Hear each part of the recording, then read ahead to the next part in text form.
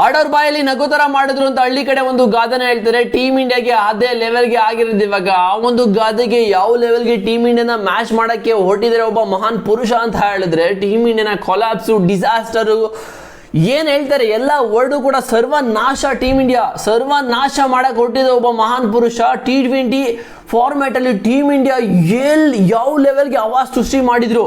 ಇವಾಗ ಅದೆಲ್ಲನೂ ಕೂಡ ಟುಸ್ ಪಟಾಕಿ. ಟೀಮ್ ಇಂಡಿಯಾ ಅಂತ ಹೇಳಿದ್ರೆ ಇವಾಗ ಬೇರೆ ಅಪೋನೆಂಟ್ ಟೀಮ್ಗಳಿಗೆ ಚಿಟಿಕಿ ಹೊಡೆದಂಗೆ ಆಲ್ಔಟ್ನ ಮಾಡ್ತೀವಿ ಅವ್ರನ್ನ, ಅಂಡ್ ಚಿಟಿಕಿ ಹೊಡೆದಂಗೆ ಅವ್ರನ್ನ ಆಚೆ ಕಳಿಸ್ತೀವಿ, ಸೀರೀಸ್ನ ವಿನ್ ಆಗ್ತೀವಿ ಅಂತ ಹೇಳ್ತಾ ಇರೋದು. ಲಾಸ್ಟ್ 5-6 ಮ್ಯಾಚ್ ನೋಡ್ತಾ ಇದ್ದಾರೆ ಟೀಮ್ ಇಂಡಿಯಾ ಅಂತೂ ಕಾಲಾಪ್ಸ್ ಆಗಿದೆ. ಇಲ್ಲಿ ಶ್ರೇಯಸ್ ಹೇಳ್ದಂಗೆ ನಡೀತಾ ಇದೆಯಾ ಇಲ್ಲ ಹೆಡ್ ಕೋಚ್ ಹೇಳ್ದಂಗೆ ನಡೀತೈತೆ ಟೀಮ್ ಇಂಡಿಯಾ ಅಂತ ಗೊತ್ತಾಗ್ತಿಲ್ಲ. ಬ್ಯಾಟಿಂಗ್ ಆಡೋ ಪಿಚ್ಚಲ್ಲಿ ಬೌಲಿಂಗ್ನ ತಗೋತಾರೆ, ಬೌಲಿಂಗ್ ಮಾಡೋ ಪಿಚ್ಚಲ್ಲಿ ಬ್ಯಾಟಿಂಗ್ನ ತಗೋತಾರೆ. ಏನು ನಡೀತಾ ಇದೆ ಟೀಮ್ ಇಂಡಿಯಾದಲ್ಲಿ, ಏನು ನಡೀತಾ ಇದೆ ಗುರು ಇಲ್ಲಿ ಅಂದರೆ ಟಾಸ್ನ ಎವ್ರಿ ಮ್ಯಾಚ್ ಶ್ರೇಯಸ್ಸರ್ ಗೆಲ್ತಾ ಇದ್ದಾರೆ. ಬಟ್ ಒಂದು ಕೂಡ ಅನ್ಕೊಂಡಂಗೆ ಮಾಡ್ತಾ ಇಲ್ಲ. ಎಲ್ಲನೂ ಕೂಡ ಆಪೋಸಿಟೇ ಹೋಗ್ತಾ ಇದ್ದಾರೆ.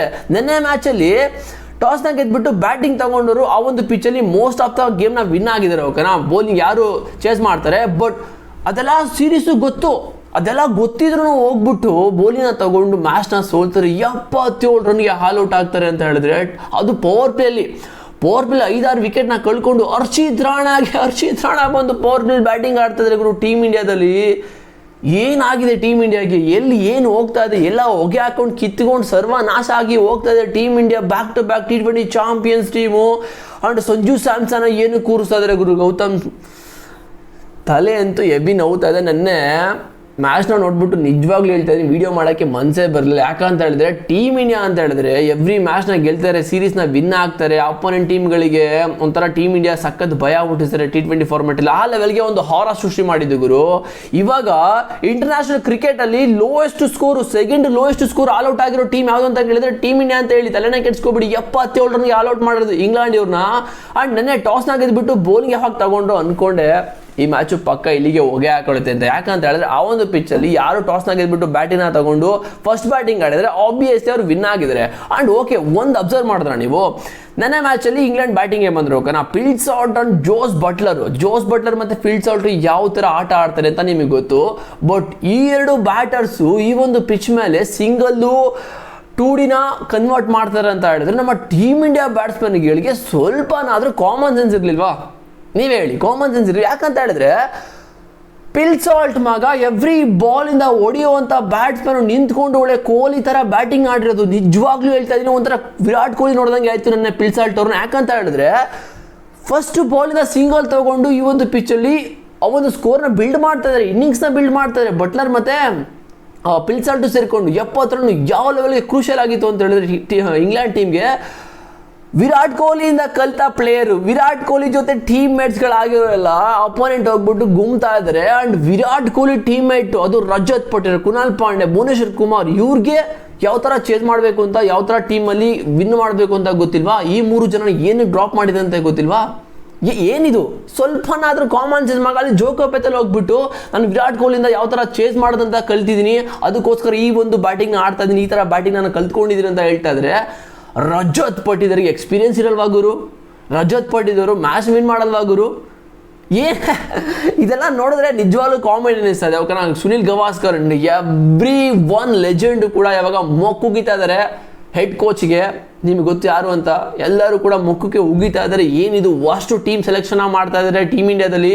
ಆ ಟೀಮ್ ಇಂಡಿಯಾ ಈ ಲೆವೆಲ್ಗೆ ಸೋಲೋದನ್ನ ಯಾವನ್ನೂ ಕೂಡ ನೋಡಿರಲಿಲ್ಲ ಗುರು, ಯಾವನ್ನೂ ಕೂಡ ನೋಡಿಲ್ಲ. ಓಕೆ, ನನ್ನ ಮ್ಯಾಚ್ ಹೈಲೈಟ್ಸ್ ಬಗ್ಗೆ ಬರೋದಾದ್ರೆ Phil Salt and Jos Buttler ಒಳ್ಳೆ ಪಾರ್ಟ್ನರ್ಶಿಪ್ ಆಡನೆ ಆಡ್ತಾರೆ. ಬಟ್ ಅನ್ಫಾರ್ಚುನೇಟ್ಲಿ ಏನು ಮಯಾಂಕ್ ಯಾದವ್ ಹಾಕಿದ್ದು ಬೆಂಕಿ ಪ್ರಿನ್ಸ್ ಯಾದವ್ ಹಾಕಿದ್ದು ಬೌಲಿಂಗ್ ಬೋಲ್ಡ್ ಆಗಿದ್ದು. ಪ್ರಿನ್ಸ್ ಯಾದವ್ ಅಂತೂ ಸಕ್ಕತ್ತಾಗಿ ಬೌಲಿಂಗ್ ಮಾಡೋದು. ಬಟ್ ಅನ್ಫಾರ್ಚುನೇಟ್ಲಿ ಅವ್ರದ್ದೊಂದು ಕ್ಯಾಶ್ ಕೂಡ ಡ್ರಾಪ್ ಮಾಡ್ತಾರೆ ನಿತೀಶ್ ರಾಣಾ. ಓಕೆ, ಬಟ್ ಅಲ್ಲಿ ಫಿಲ್ ಸಾಲ್ಟ್ ಸಕ್ಕತ್ತಾಗಿ 70 ರನ್ ಕೂಡ ಹೊಡಿತಾರೆ. ಅಂಡ್ ಜೋಸ್ ಬಟ್ಲರ್ ಬೋಲ್ಡ್ ಆದ್ಮೇಲೆ 30 ರನ್ ಕೂಡ ಹೊಡಿತಾರೆ. ಅಂಡ್ ಆರಿಮ್ ಅವರು ಕೂಡ ಬೇಗ ಔಟ್ ಮಾಡ್ತಾರೆ. ಯಾರು ಪ್ರಿನ್ಸ್ ಯಾದವ್ ಅವರು ವಿಕೆಟ್ನ ತೆಗಿತಾರೆ.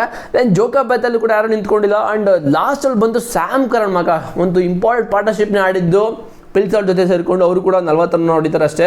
ಬಟ್ ಇಲ್ಲಿ ಬೌಲಿಂಗ್ ಬಗ್ಗೆ ಮಾತಾಡಿದ್ರೆ ಟೀಮ್ ಇಂಡಿಯಾ ಎಲ್ಲರೂ ಕೂಡ ಎಕ್ಸ್ಪೆನ್ಸಿವ್ ಆಗಿದ್ದು. ಆ್ಯಂಡ್ ಶಿವಮ್ ದುಬೆಗೆ 3ನೇ T20 ಬೌಲಿಂಗ್ನ ಕೊಡ್ತಾ ಇದ್ದಾರೆ. ಕೊಟ್ಟಿದ್ರೆ ಸೆಕೆಂಡ್ T20 ಏನೊಂದು ಆಗ್ತಾಯಿತ್ತಾ, ಫಸ್ಟ್ T20 ಕೊಟ್ಟರೆ ಏನೊಂದು ಆಗ್ತಾಯಿತ್ತಾ ಬಿಡಿ. ಫಸ್ಟ್ T20 ಮಳೆ ಬಂದೆಲ್ಲ ಹಾಳಾಗ್ಬಿಡ್ತು. ಓಕೆ, ಬಟ್ ಈ ಒಂದು ಮ್ಯಾಚ್ ಅಂತೂ ಡಿಸಾಸ್ಟರು. ಅಂಡ್ ಟೀಮ್ ಇಂಡಿಯಾ ಬ್ಯಾಟಿಂಗ್ ಅಂತೂ ಹೇಳ್ತಾ ಇದ್ದೀನಿ ಗುರು, ಕೊಲಾಪ್ಸ್. ಯಾರು ಕೂಡ ನಿಂತ್ಕೊಂಡು ಆಡೋವಂಥ ಒಂದು ಕೆಪಾಸಿಟಿನೇ ಹೊಂದಿಲ್ಲ ಅಂತ ಹೇಳಿದ್ರೆ ಟೀಮ್ ಇಂಡಿಯಾದಲ್ಲಿ. ಯಾಕಂತ ಹೇಳಿದ್ರೆ ಓಕೆ ಇವಾಗ ಅಭಿಷೇಕ್ ಶರ್ಮಾ ಆಡದೆ ಒಂಥರ ಡಬಲ್ ಡಿಮಿ ಓಕೆನಾ, ಆ್ಯಂಡ್ ನಮಗೆ ವೈಭವ್ ಸೂರ್ಯವಂಶಿ ಆಡೋದು ಕೂಡ ಹಂಗೇನು ಡಬಲ್ ಡಿಮಿ, ಏನೂ ಮಾಡೋಕ್ಕಾಗಲ್ಲ. ಆ ಎರಡು ಬ್ಯಾಟರ್ಸ್ ಹೊಡೆದ್ರೆ ಕಚ್ಕೊಂಡ್ರು ಇಲ್ಲ ಅಂದರೆ ಅವ್ದು ಕೊಲಾಪ್ಸ್ ಓಕೆನಾ. ಬಟ್ ಶ್ರೇಯಸ್ ಅಯ್ಯರ್ಗೆ ಆ್ಯಂಡ್ ಇಶಾನ್ ಕಿಶನ್ 3ನೇ ಪ್ಲೇಯರ್ ಆ್ಯಡ್ ಮಾಡ್ಕೊಳ್ಳಿ, ಈ 3 ಜನ ಬಂದರೆ ಬೆಟ್ಟ ಹೋದರೆ ಅದು ಓಕೆನಾ. ಬಟ್ ಇಲ್ಲಿ ಶ್ರೇಯಸ್ ಅಯ್ಯರ್ಗೆ ಏನಾಗಿತ್ತು ಅಂತ ಗೊತ್ತಿಲ್ಲ. ಓಕೆ ಶ್ರೇಯಸ್ ಅಯ್ಯರ್ನ ಹೆಂಗೆ ಔಟ್ ಮಾಡಿದ್ರು ಜೋಫ್ರಾ ಆರ್ಚರ್ ಅಂತ ಹೇಳಿದ್ರೆ ಇಷ್ಟೇ ಹೇಳ್ತಾ ಇದ್ದೀನಿ. ಟಂಗು ಆ ನಾಲ್ಗೆ ಯಾವ ಲೆವೆಲ್ಗೆ ಬೌಲಿಂಗ್ ಮಾಡೋದು ಅಂತ ಹೇಳಿದ್ರೆ ಕಂಪ್ಲೀಟು ಈ ಬ್ಯಾಟ್ಸ್ಮನ್ಗಳನ್ನ ಕುಡಿದು ಬಿಟ್ಟಿದ್ದಾರೆ ಅಂತ ಅನ್ನಿಸ್ತಾ ಇದೆ. ಯಾವ ಲೆವೆಲ್ಗೆ ಅಂತ ಹೇಳಿದ್ರೆ ಈ ಬ್ಯಾಟ್ಸ್ಮನ್ ಮನ್ನ ಓಕೆ ಈ ಬಾಲ್ ಹಾಕಿ ಔಟ್ ಮಾಡ್ತೀನಿ, ಈ ಬ್ಯಾಟ್ಸ್ಮನ್ ಮನ್ನ ಈ ಬಾಲ್ ಹಾಕಿ ಔಟ್ ಮಾಡ್ತೀನಿ, ಆ ಲೆವೆಲ್ಗೆ ಬೌಲಿಂಗ್ನ ಮಾಡಿದ್ದು ನಾಲ್ಗೆ ಅದೇ ಟಂಗು. ಜೋಫ್ರಾ ಆರ್ಚರ್ ಅಂತೂ ಬಿಕ್ಕಿ ನಗ್ತಾ ಇದ್ದಾರೆ ಗುರು. ಯಾಕಂತ ಹೇಳಿದ್ರೆ ಶ್ರೇಯಸ್ ಅಯ್ಯರ್ ಫ್ಲಿಕ್ ಮಾಡಿದ್ರು ಒಂದು ಬಾಲ್ ಓಕೆನಾ, ಅದು ಬೌಂಡ್ರಿನ 6 ಹೋಯ್ತು. ಬಟ್ ನೆಕ್ಸ್ಟ್ ಅಲ್ಲೇ ಹಾಕಿದ್ರು ತಗೊಬಂದು ಒಂದು ಫೀಲ್ಡರ್ನ ಇಟ್ಕೊಂಡಿದ್ರಲ್ಲಿ, ಜೋಕಬ್ ಬೇತಲ್ ಬೆಸ್ಟ್ ಫೀಲ್ಡರ್ನ ಇಟ್ಕೊಂಡು ಬೌಲಿಂಗ್ ಹಾಕಿದ್ದು ಅಲ್ಲಿ. ಆ ಒಂದು ಬಾಲ್ ಕರೆಕ್ಟಾಗಿ ಕೈಲೇ ಕೂತ್ಕೋತು.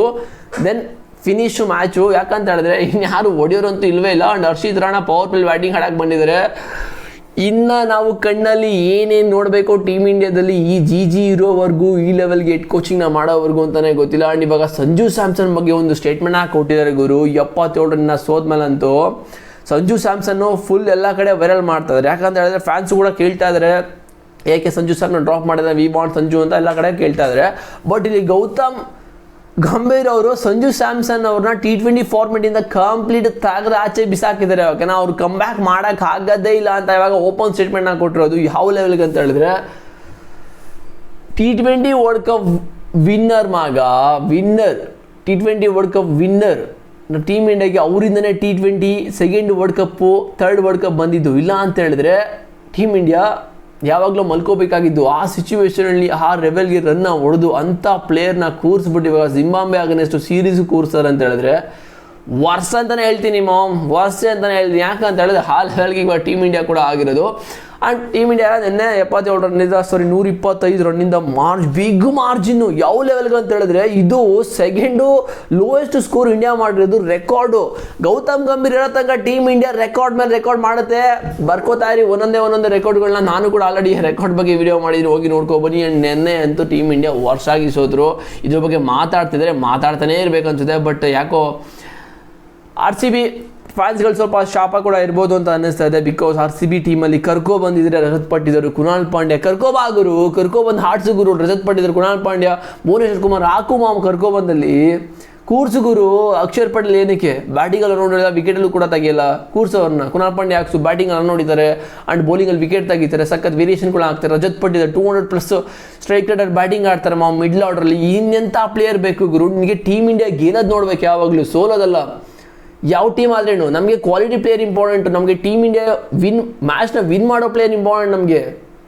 ಈ RCB ಟೀಮಾ, ಗುಜರಾತ್ ಟೀಮಾ, ಮುಂಬೈ ಟೀಮಾ, CSG ಟೀಮಾ, ಹೂ ಕೇರ್ಸ್ ಬ್ರೋ? ಯಾವನು ಕೇರ್ ಮಾಡಲ್ಲ. ಇಲ್ಲಿ ಕರ್ಕೊಬರ್ಬೇಕು. RCB ಟೀಮ್ ಆದ್ರೇನು ಅವರಲ್ಲಿ ಪ್ಲೇಯರ್ ಅಲ್ವಾ, ಕಷ್ಟಪಟ್ಟಿಲ್ವಾ? ವಿರಾಟ್ ಕೊಹ್ಲಿ ಅಂಡರ್ ಪ್ಲೇಯರ್ ಅಂತ ಹೇಳಿದ್ರೆ ಯಾವ ಲೆವೆಲ್ಗೆ ಟ್ರೈನ್ ಆಗಿರ್ತಾರೆ. ವಿರಾಟ್ ಕೊಹ್ಲಿ ಮೆಂಟಾಲಿಟಿ, ಅವ್ರದ್ದು ಗೇಮ್ ಪ್ಲಾನ್ ಎಲ್ಲನೂ ಕೂಡ ಹರಿದು ಕುಡಿದ್ಬಿಟ್ಟಿರ್ತಾರೆ. ಸೊ ಅಂಥ ಪ್ಲೇಯರ್ನ ಕರ್ಕೊಬಂದು ಇಲ್ಲಿ ಬಿಡದೆ ಯಾವ್ಯಾವ್ರನ್ನ ಕರ್ಕೊಬಂದು ಆಡಿಸಿ, ಯಾವ್ಯಾವಲ್ಲ ಪಾಪ ಅವರು ಕೂಡ ಇಂಟರ್ನ್ಯಾಷನಲ್ ಪ್ಲೇಯರ್ಸೇ, ಅವರು ಕೂಡ ಒಳ್ಳೊಳ್ಳೆ ರೆಕಾರ್ಡ್ಗಳನ್ನ ಇಟ್ಕೊಂಡಿದ್ದಾರೆ. ಬಟ್ ಅರ್ಥ ಸಿಚುವೇಶನ್ ಏನು ಬೇಕು ಅದನ್ನು ಮಾಡ್ಬೇಕು ಟೀಮ್ಗೆ. ಅದು ಬಿಟ್ಟು ಬೇರೆಲ್ಲ ಟ್ರೈ ಮಾಡೋಕೆ ಹೋದರೆ ಭುವನೇಶ್ವರ್ ಕುಮಾರ್ ಬಾಲ್ ಕೊಡ್ರಿ ಕೈಗೆ, ಎವ್ರಿ ಮ್ಯಾಚ್ 3 ವಿಕೆಟ್ ಎತ್ಕೊಡ್ತಾರೆ. ಮಿನಿಮಮ್ 6-7 ಎಕಾನಮಿಲಿ ಬೌಲಿಂಗ್ ಹಾಕ್ತಾರೆ. ಕೊಡ್ರಿ ಬಾಲ್ ಅವ್ರಿಗೆ, ಕೊಡ್ರಿ ಅವ್ರಿಗೆ ಬಾಲ್ಗಳು. ಈ ಥರ ಕೆಲಸ ಮಾಡಿರಿ. ಅದು ಬಿಟ್ಬಿಟ್ಟು ಸೋಲೋದೆಲ್ಲ ಮಾಡೋಕೆ ಹೋಗ್ಬಿಡಿ. ಇಂಡಿಯನ್ ಫ್ಯಾನ್ಸ್ ಟೀಮ್ ಇಂಡಿಯಾದು ಈಗೋ ಸೆಲೆಕ್ಷನ್ ಅಂತ ಅನ್ನಿಸ್ತಾ ಇದೆ. ಬಟ್ ಈಗೋ ಸೆಲೆಕ್ಷನಿಂದ ನಮ್ಮ ಟೀಮ್ ಇಂಡಿಯಾ ಫ್ಯಾನ್ಸ್ಗಳಿಗೆ ಹಾರ್ಟ್ ಬ್ರೋಕನ್ ಆಗ್ತಿದೆ. ಸೊ ಇದಕ್ಕೆ ಯಾರು ಆನ್ಸರ್ ಕೊಡ್ತಾರೆ? ಇದಕ್ಕೆ ಯಾರು ಉತ್ತರ ಕೊಡ್ತಾರೆ? ಯಾರು ಕೊಡಲ್ಲ. ಸೊ ಹಿಂಗೆ ಆದರೆ ಟೀಮ್ ಇಂಡಿಯಾ ಅಂತೂ ಕಂಪ್ಲೀಟ್ ಢಮಾರ್ ಆಗಿ ರೆಕಾರ್ಡ್ ಮೇಲೆ ರೆಕಾರ್ಡ್ ಮಾಡಿಕೊಂಡು ಉಡಿಸಾಗ್ಬಿಡುತ್ತೆ ಅಂತ ನನಗೇನೋ ಅನ್ನಿಸ್ತದೆ. ಸೊ ನಿಮ್ಗೇನು ಅನ್ನಿಸ್ತು ನೆನ್ನೆ ಮ್ಯಾಚ್ ಬಗ್ಗೆ? ಮಾಡಿ ಕಾಮೆಂಟ್ಗಳನ್ನ ಅಷ್ಟೇ.